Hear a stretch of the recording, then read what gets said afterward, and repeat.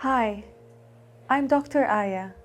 Today I will be speaking about 4 topics briefly. The first topic will be epilepsy, followed by diabetes, and then asthma, and finally anaphylaxis.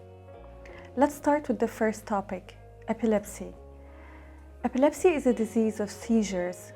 Some students suffer from epilepsy and might get an attack of seizure at any time of the day. Now, what are the things to keep in mind as a first aider if a child gets a seizure attack? Things to be done are: first, move away any sharp objects from around the child. Anything that might harm the child, keep it away. The second thing is to put something soft, a cushion or anything that is soft, below the child's head to avoid any kind of injury to the head or the spinal cord. Third, turn the child to his side. Fourth, loosen up any tight clothing, especially around the neck area, to avoid choking. And finally, if you can, don't forget to time the seizure. This will be very helpful for the doctors and the nurses later. Things that should be avoided. First, never stop the seizure. If the child has an attack, leave the child, finish the attack, and then send him to the clinic. And the second thing is to avoid putting anything in the child's mouth. Avoid making the child drink water and avoid putting anything in his mouth. And the last thing is, don't panic. The second topic I'll be talking about is diabetes. Diabetes in children is mostly type 1. Type 1 diabetes is a child onset diabetes, and the main concern with diabetes type 1 is hypoglycemia, which is low blood sugar.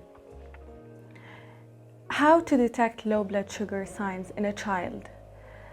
The signs and symptoms include being dizzy, sweating, shaking, complaining of severe headache, complaining of severe tiredness, and just complaining of very fast heartbeats. If a child complains of any of these, please just send him immediately to the clinic. The third topic we'll be talking about is asthma. In asthma, most children might have already a chronic problem of asthma and they are already on their medication.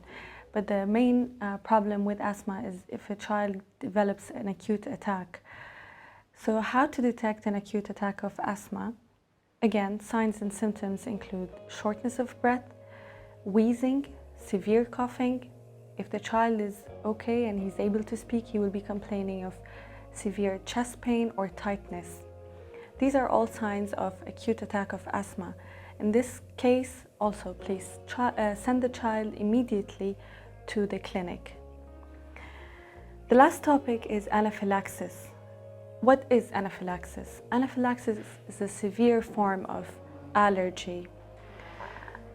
This kind of allergy can develop from any sort of allergens, what we call as allergens. Allergens can be anything from food, for example, peanuts, shellfish, egg, wheat, milk, and they can also develop from medications like antibiotics or different types of medications, and other things like insect bites. People who have anaphylaxis once or twice in their life tend to carry what's called as Epipen. Epipen delivers a medicine called epinephrine, and this is life-saving for the child.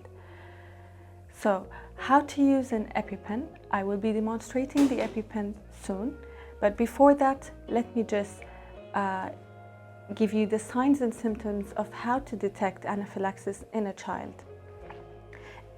If a child, for instance, takes any kind of allergen, like let's say he's allergic to peanuts and he takes the peanuts, after a few minutes or even an hour, depending on different body reactions, the child will develop a rash all over his body, which is called hives. It's characterized by wheals, which are like red and bumpy, very itchy rash that spreads all over the body in seconds or even minutes. Associated with low blood pressure signs that includes dizziness, feeling fast heartbeats, sweating, shaking, and also the patient will be complaining of shortness of breath or wheezing. Any of these signs, the EpiPen should be used immediately if available.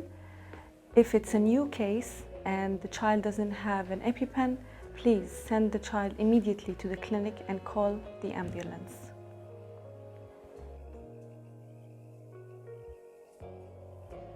As I mentioned earlier, this is what's called as the EpiPen. When you have the EpiPen, just open up the box. It's sealed, so you need to open this as well. And this is what's called as the EpiPen.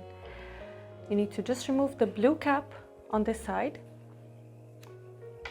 And the orange part is the needle where you will be inserting into the thigh. So you need to hold the pen firmly with your fist and then push it into the thigh. Hold for 10 seconds.